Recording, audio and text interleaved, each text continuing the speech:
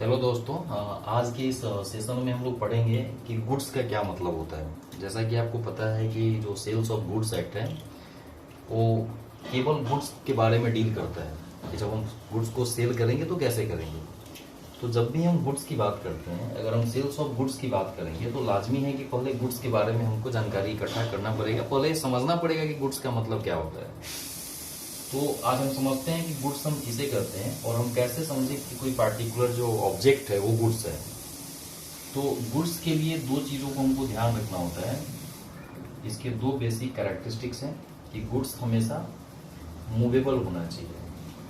ये क्या होना चाहिए? मूवेबल होना चाहिए। और दूसरा है कि ये मार्केटेबल होना चाहिए। किसी भी ऑब्जेक्ट में अगर ये दो कैरेक्टरिस्टिक्स अगर है तो आप समझें कि हम इसको गुड्स मानेंगे। अब गुड्स का मतलब मैंने बताया कि गुड्स मीन्स मूवेबल थिंग्स और ये मार्केटेबल होना चाहिए, यानी कि दोनों कैरेक्टरिस्टिक्स अगर फुलफिल होता है तो हम इसको गुड्स कहेंगे। अब मूवेबल का क्या मतलब होता है? मूवेबल का सिंपल मीनिंग ये होता है कि किसी भी वस्तु को अगर उसका स्थान परिवर्तन किया जाए, अगर उसको एक जगह से हटा करके दूसरी जगह लेके जाया जाए तो उसके कैरेक्टरिस्टिक्स में कोई चेंजेस नहीं आना चाहिए। जैसे अगर हम मार्कर पेन की बात करें, इस मार्कर पेन को मैं यहाँ यूज कर रहा हूँ और यहाँ से छोड़ करके अगर मैं दूसरे क्लास में लेकर के यूज करूंगा, स्टिल इस मार्कर का जो काम होगा लिखना, तो वो लिखना ही रहेगा, यानी कि इसके कैरेक्टरिस्टिक्स में कोई चेंजेस नहीं आएगा। तो मूवेबल का मतलब ये होता है। दूसरा है मार्केटेबल। मार्केटेबल का ये मतलब है कि जिस वस्तु को कानून खरीदने और बेचने की परमिशन देता है और जिस वस्तु के लिए मार्केट में खरीदार हो, इवन एक सिंगल बायर भी होगा, तो उस गुड्स को हम मार्केटेबल मानेंगे।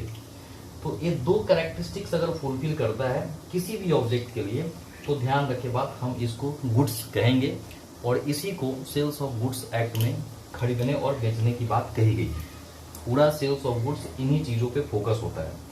अब जैसे इसमें थोड़ा सा अगर हम गुड्स के और अगर हम विस्तृत बारे में जानकारी करें, विस्तृत थोड़ा सा जानने की कोशिश करें, तो आप देखेंगे कि इस गुड्स के डेफिनेशन में कुछ चीज़ों को इंक्लूड किया गया है। जैसे क्या क्या इंक्लूड किया गया है? तो इन्होंने कहा स्टैंडिंग टिम्बर, ग्रोइंग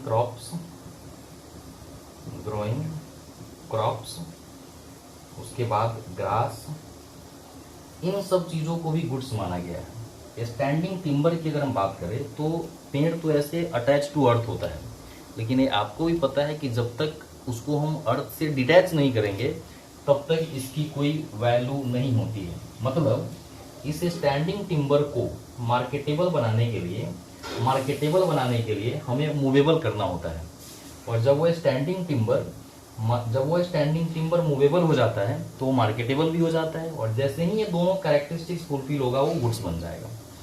नेक्स्ट है ग्रोइंग क्रॉप्स। अगर हम धान के फसल की बात करें, गेहूं के फसल की बात करें, तो ये आपको भी पता है कि वो फसल अटैच टू अर्थ होता है, लेकिन अगेन उसे मार्केटेबल बनाने के लिए हमें अर्थ से डिटैच करना होता है, यानी कि उसको मूव कराना होता है, तभी जाकर के उसकी वैल्यू होती है।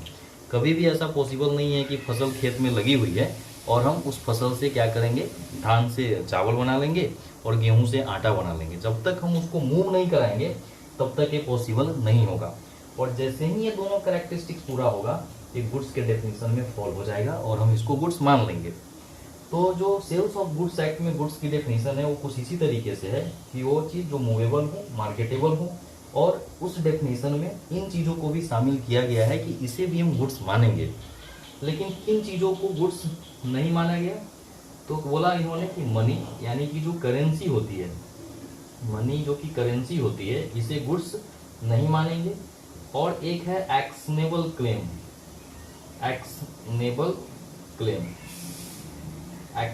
क्लेम। इन दो चीजों को सेल्स ऑफ गुड्स एक्ट में गुड्स नहीं माना गया है। लेकिन आप जीएसटी देखेंगे तो जीएसटी में गुड्स का जो डेफिनेशन है उसमें इवन एक्शनेबल क्लेम को भी गुड्स माना गया है। तो एक है जीएसटी एक्ट की बात है, अभी हम सेल्स ऑफ गुड्स एक्ट के अकॉर्डिंग बात कर रहे हैं।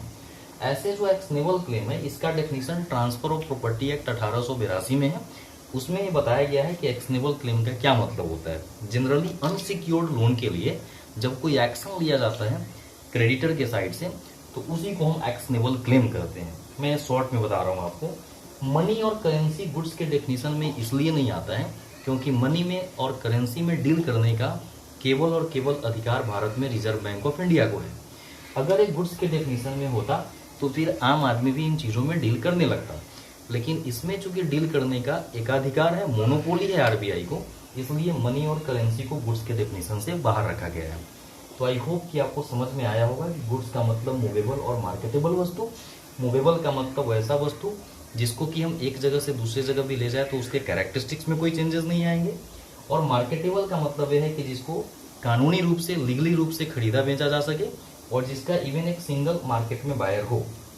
गुड्स के डेफिनेशन में हम standing timber, growing crops, grass, even electricity, gas, intellectual property जैसे ट्रेडमार्क, कॉपीराइट, सिक्योरिटीज की बात करें जैसे शेयर, डिवेंचर, बॉन्ड्स, इन तमाम सारी चीजों को, है ना, इन तमाम सारी चीजों को गुड्स के डेफिनेशन में ऐड किया गया है। ठीक है, आईपीआर की बात करें हम, उसके बाद इलेक्ट्रिसिटी है, गैस है, वाटर है, ये सब गुड्स के डेफिनेशन में आते हैं, ये सारे गुड्स में इंक्लूड होते हैं। लेकिन मनी को और करेंसी को हम गुड्स नहीं मानेंगे और एक्शनेबल क्लेम को हम गुड्स नहीं मानेंगे। तो thank you so much. I hope कि आपको समझ में आया होगा कि for the purpose of sales of goods act हम गुड्स किसे समझेंगे। Thank you.